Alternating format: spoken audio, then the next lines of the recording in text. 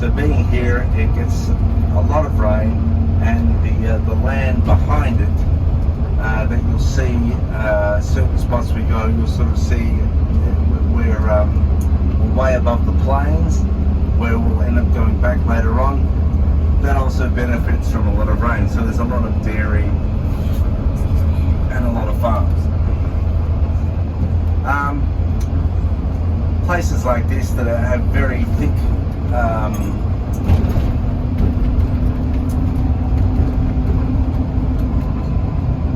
forest, you won't find you'll find very few kangaroos. It's not sort of a place that kangaroos will be. They're more likely to be out on the plains, interspersed with probably eucalypt forest. This is more a spot for things like wallabies that are smaller and stouter, and very much hill specialists. You'll find all the other usual suspects here, like walnuts and echidnas and so forth. The trees that make up a lot of this forest are beech trees, which were heavily wooded in the past. It's a national park now. It has been since 1985. Well, most of it is. There are still plantations on the periphery that you'll see have been recently logged, but most of it is protected. It does have trees like the mountain ash, which grow to some 350 feet tall and can live for thousands of years, as well as blackwood trees. Many species of gum trees that can grow to about 200 feet tall, notably blue gum, called blue because, well, they have a bluish hue on their bark. But there are many species of gum trees here.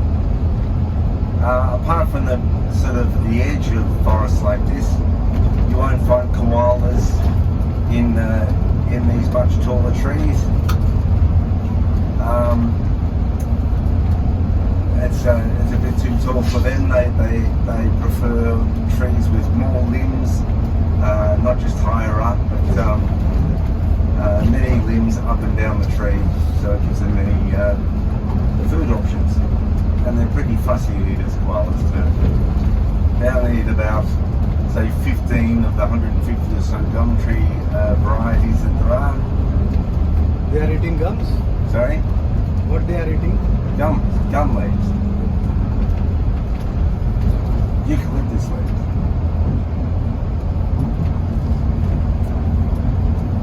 So they're fairly fussy eaters, which makes it problematic when we keep clearing tracts of land that they're quite happy with, and then they go looking for other food, and then they're pounced upon by feral cats or dogs or foxes or something.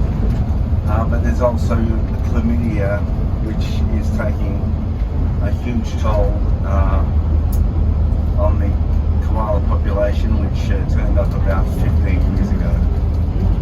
In some parts of the country, they're almost endangered. Particularly New South Wales, where they had huge bushfires about 3 years ago, I think. And I don't know exactly how much of the state was burned, but I don't know, something like a quarter or something. And it killed 500 million animals. And koalas obviously can't run as fast as wallabies and kangaroos and such to get away from fire, so they're very vulnerable.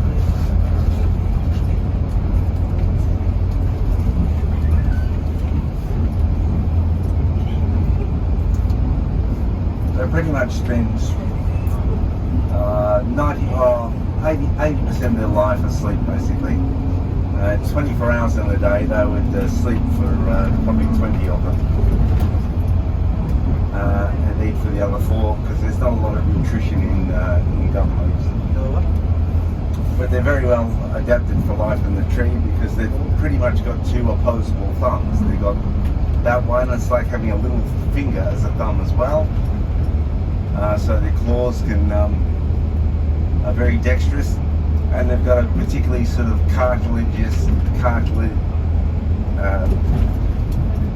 a very sort of hard part where their rump is, where their bum is, and it's very cartilagey there. So it's very well adapted for sitting in the forks of trees for 20 hours at a time.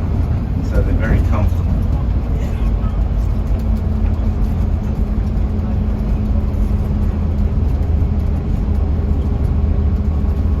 थोड़ा बहुत माने को झटका देती है, थोड़ा बहुत माने को झटका देती है।